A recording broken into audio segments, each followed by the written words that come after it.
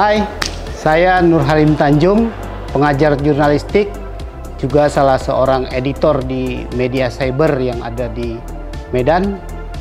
Saat ini saya mengajak para humas untuk belajar menulis siaran pers di Klik Sumut.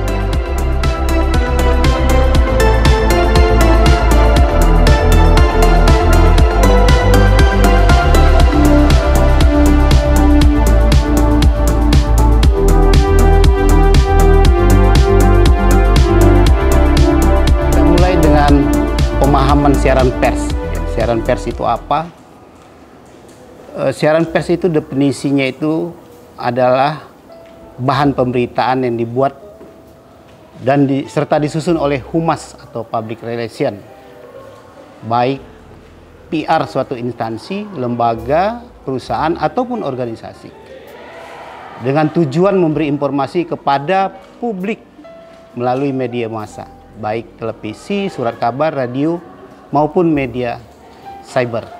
Nah, karena kita ingin menggunakan media massa dalam menyebarkan press release, maka sebagai PR seharusnya harus melihat siaran pers itu dalam kacamata jurnalistik.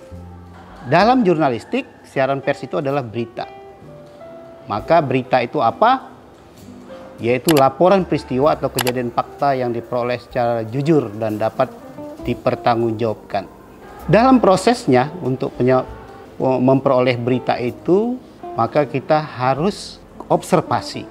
Ya, observasi, kita harus wawancara, lalu kita mengumpulkan semua data-data hasil observasi dan wawancara itu sebagai bahan untuk menulis siaran pers. Jadi sama dengan seperti wartawan pekerjaannya. Nah, bahan-bahan ini nanti akan kita tulis dengan menggunakan formula atau kaidah berita 5W tambah 1H. Lalu berita itu kita susun dalam struktur atau format piramida terbalik. Dalam penyampaiannya nanti kita memperhatikan segmentasi media. Saya ingin menjelaskan apa itu 5W tambah 1H. Mungkin ini perlu kita sampaikan. W pertama itu adalah what. Apa yang terjadi? Dari peristiwa yang kita observasi, dari narasumber yang kita wawancarai, lalu fakta data yang kita kumpulkan, maka kita akan mendapat jawaban dari pertanyaan-pertanyaan ini. Yang pertama itu adalah what, who, siapa dalam peristiwa itu, siapa saja maksudnya. Where, di mana kejadiannya. When, kapan peristiwa itu terjadi. Why, mengapa bisa terjadi. How, bagaimana selanjutnya. Jadi nanti bahan-bahan itulah ketika dia sudah menjawab semua pertanyaan itu yang akan kita susun menjadi siaran pers. Memang siaran pers di mata redaksi tidak serta-merta menjadi berita. Dia bisa saja menjadi sumber informasi bagi redaksi media, ya. Bisa saja cuma menjadi sumber informasi. Pihak media mendapatkan informasi, oh ini yang terjadi dari public relation atau humas tadi. Siaran pers juga bisa menjadi pelengkap berita, artinya ada potongan-potongan siaran pers itu yang diambil untuk melengkapi berita yang mungkin juga sedang dikerjakan oleh pihak media. Pemberi ide liputan. Jadi siaran pers ini memberi ide kepada media, kepada pihak media. Wah, ini ada ide dari siaran pers, harus kita kejar gitu. Atau untuk pengembangan berita, ya. Jadi siaran pers itu tidak bulat langsung dimuatkan, bisa saja tidak dimuat, ya. Jadi dia dipakai untuk mengembangkan berita lebih lanjut, lebih dalam. bagi media. Tapi bisa juga dia menjadi bahan pemberitaan, ya, seutuhnya menjadi bahan pemberitaan dengan disunting di sana sini, lalu ditayangkan ke media yang bersangkutan. Nah, kita juga perlu memahami macam-macam siaran pers, ya. Ada macam-macam siaran pers. Dari kacamata redaksi juga sudah paham ini. Ya, ada siaran pers yang sifatnya pengumuman. Ya, pengumuman tentang mungkin ada kebijakan baru, ada pengangkatan pejabat, gitu kan. Atau ada hal-hal yang lain yang perlu disampaikan yang sifatnya pengumuman. Ada spot news release, ya, spot news release ini cenderung kepada peristiwa, ya. Mungkin ada banjir, lalu ada pejabat atau bupati, gubernur melakukan kunjungan ke lapangan, itu spot news release. Ada reaction release. Reaction release ini adalah semacam tanggapan terhadap apa yang sedang kita kerjakan, gitu ya. Misalnya kemarin ada pengosongan lahan di Bumper Sibolangit, lalu ada yang menolak, gitu kan. Kemudian Humas mengeluarkan reaction release untuk menyatakan bahwasanya apapun cerita kebijakan itu tetap harus dijalankan, gitu. Karena Bumper itu adalah milik publik, gitu. Lalu magazine rilis, nah ini biasanya rilis yang lebih panjang biasanya. Nah, sebagai humas perlu memahami format siaran pers. Ya, format siaran pers itu nanti akan lebih gampang. Itu ada deadline. Deadline sama deadline beda, ya. Deadline itu artinya waktunya kapan siaran pers itu. Bukan deadline, bukan tenggat waktu, tapi waktunya kapan siaran pers itu dikerjakan, atau kapan peristiwa yang disiaran perskan itu terjadi. Lalu ada judul, lalu ada lead. Lead itu adalah teras berita atau alinea paragraf pertama dari sebuah siaran pers. Lalu baru isinya. Nah, setelah isi ada yang namanya kontak person. Kontak person diperlukan supaya kalau berita itu sampai ke redaksi merasa perlu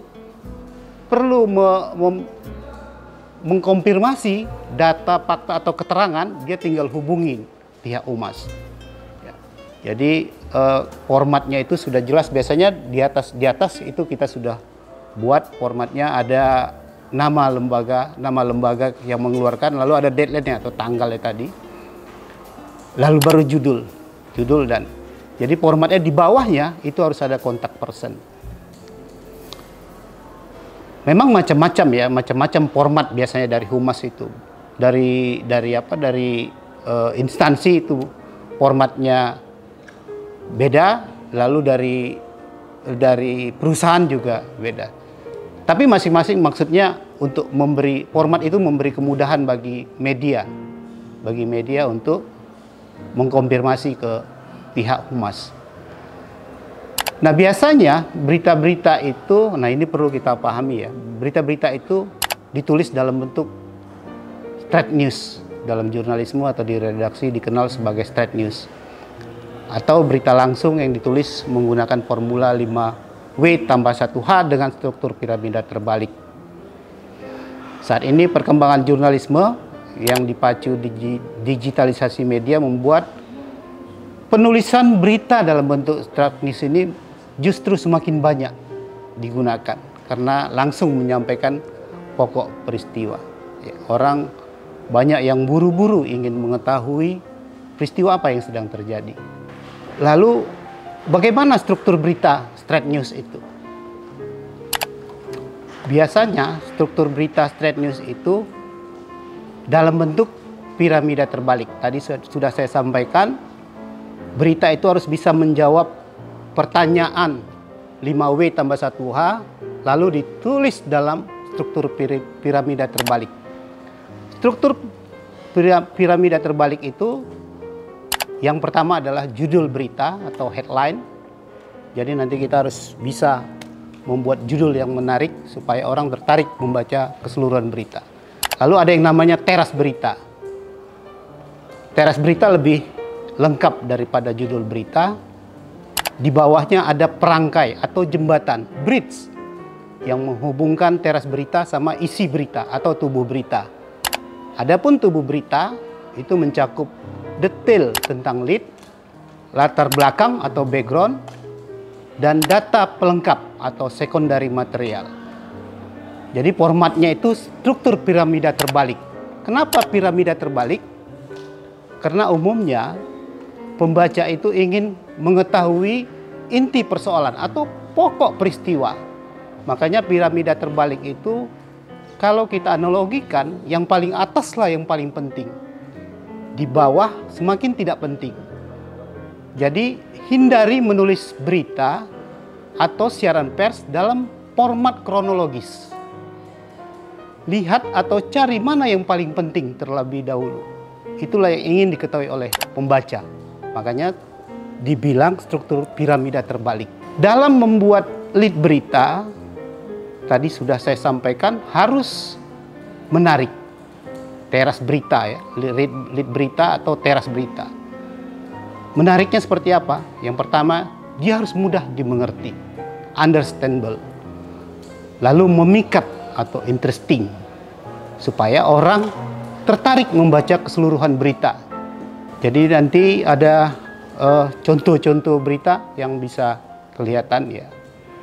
Tegasnya dalam penulisan berita, usahakan berita itu mudah dipahami. Bagaimana caranya? Caranya adalah dengan memenuhi syarat penulisan ringkas. Ringkas ya, bukan pendek tapi ringkas. Jelas, lengkap, tepat, padat, memikat. Nah, ini syarat-syarat yang harus dipenuhi dalam penulisannya itu. Makanya diperhatikan bagaimana penulisan nama. Jangan salah penulisan nama. Menulis dalam istilah-istilah dalam bahasa Inggris, istilah-istilah daerah, lalu ada poin-poin yang kadang-kadang ada kesalahan dalam penulisan angka misalnya.